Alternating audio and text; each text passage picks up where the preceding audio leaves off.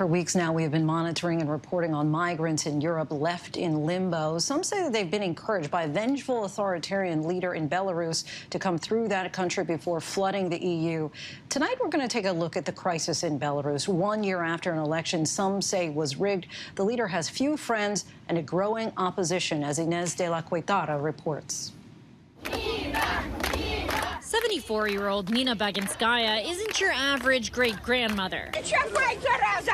Nicknamed the Granny Rebel, here she is caught on camera fiercely squaring off with riot police during last year's pro-democracy protests in Belarus, when tens of thousands took to the streets to demand dictator Alexander Lukashenko step down after 27 years in power.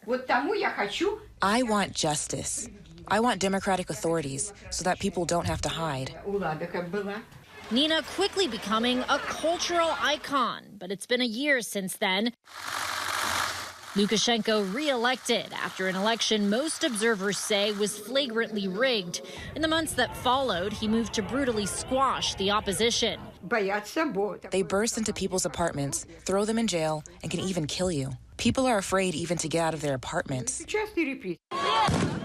Tens of thousands of protesters arrested. The dictator even diverting a Ryanair flight earlier this year, forcing it to land in Minsk so journalist and dissenter Roman Protasevich could be arrested.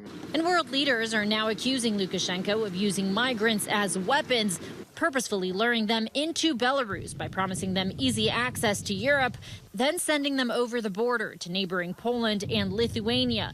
EU leaders say this is Lukashenko's way of getting revenge after they supported the pro-democracy movement in Belarus and imposed sanctions on his regime. Lukashenko denying those allegations, but still intensifying repression. The EU and the West condemn his behavior. Nina says even wearing the forbidden red and white colors can now land someone in jail. I know one girl who painted her hair blonde with a red stripe. She was fined and put in jail for 12 days. She's now part of an underground resistance, standing up to the regime in whatever way she can, sewing the original red and white flag of independent Belarus, which Lukashenko's government has now banned. She responds to handwritten letters from dissidents who look up to her, other forms of communication deemed too dangerous. People send me letters. See how many letters I have? I try not to talk on the phone. I only call my daughter. When people call me, I answer the phone and offer them to meet in person and discuss everything, because the phone is tapped. But while Nina is one of the few activists in Belarus still speaking out, thousands of others have had to flee, including opposition leader Svetlana Tikhanovskaya, who ran for president last year, now living in exile in Lithuania, where we met her. So it's been a year since the protests. Has the pro-democracy movement been defeated?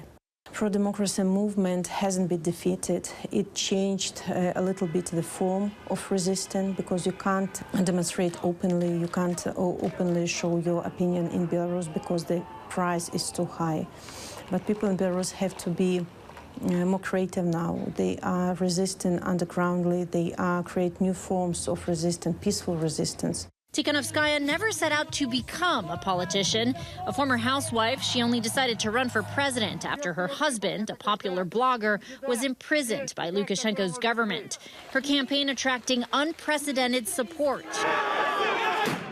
Now she's trying to put renewed focus on human rights abuses in her country. We ask all the international society not to lose attention from Belarus because people are still there, people are still behind the bars, being humiliated physically and morally, being tortured and are sentenced to years of imprisonment. Other Belarusians in exile include hundreds of officers who have defected, who created the secretive group known as BIPOL. They tell us they recognize Tikhanovskaya as the real winner of the 2020 election and communicate with her almost daily. I'm a police officer, and I need to follow the law.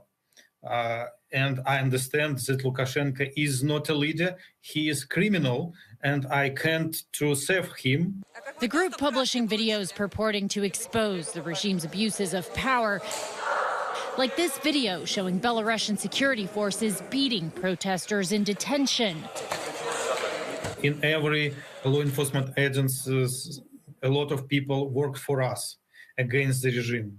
They provide us a lot of information. They like a spy. BIPOL members say they've been threatened, their relatives back home intimidated. The deputy minister of Belarusian Ministry of Interior said he wants to kill us, BIPOL members. Now they're biding their time, hoping to overthrow Lukashenko the next time Belarusians rally in protest. We create a secret operation, and we want to start our plan in one day to change the regime. We want that Belarus will be a democratic country.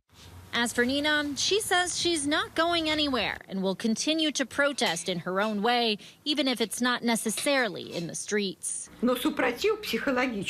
It's psychological resistance. People have resistance in their souls and their hearts and minds. People will never agree to this. And President Biden has repeatedly condemned Lukashenko's tactics, but Belarusian opposition leader Tikhanovskaya is asking him to do more, and she's now calling for the U.S. to impose a fresh round of sanctions on his regime. Lindsay? Ines, thank you.